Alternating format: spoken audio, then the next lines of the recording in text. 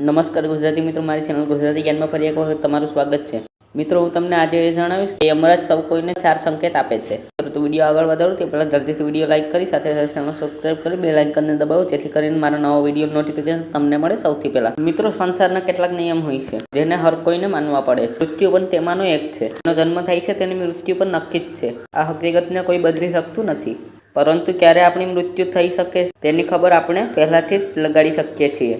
માં જણાવેલી એક કથા મુજબ બધા જ માણસોને પોતાની મૃત્યુ પહેલાં યમરાજ 4 સંકેત મોકલે છે, જેનાથી તે સમજી શકે કે તેનો અંતિમ સમય આવી રહ્યો છે। એક પ્રચલિત કથા મુજબ યમરાજે પોતાના એક ભક્ત અમૃતને એક વચન આપ્યું હતું કે હર કોઈને તેની મૃત્યુ પહેલાં 4 સંકેત જરૂર મોકલશે, તેનાથી લોકો તેને જાણી શકે અને પોતાના અધૂરા કાર્ય પૂરો કરી શકે।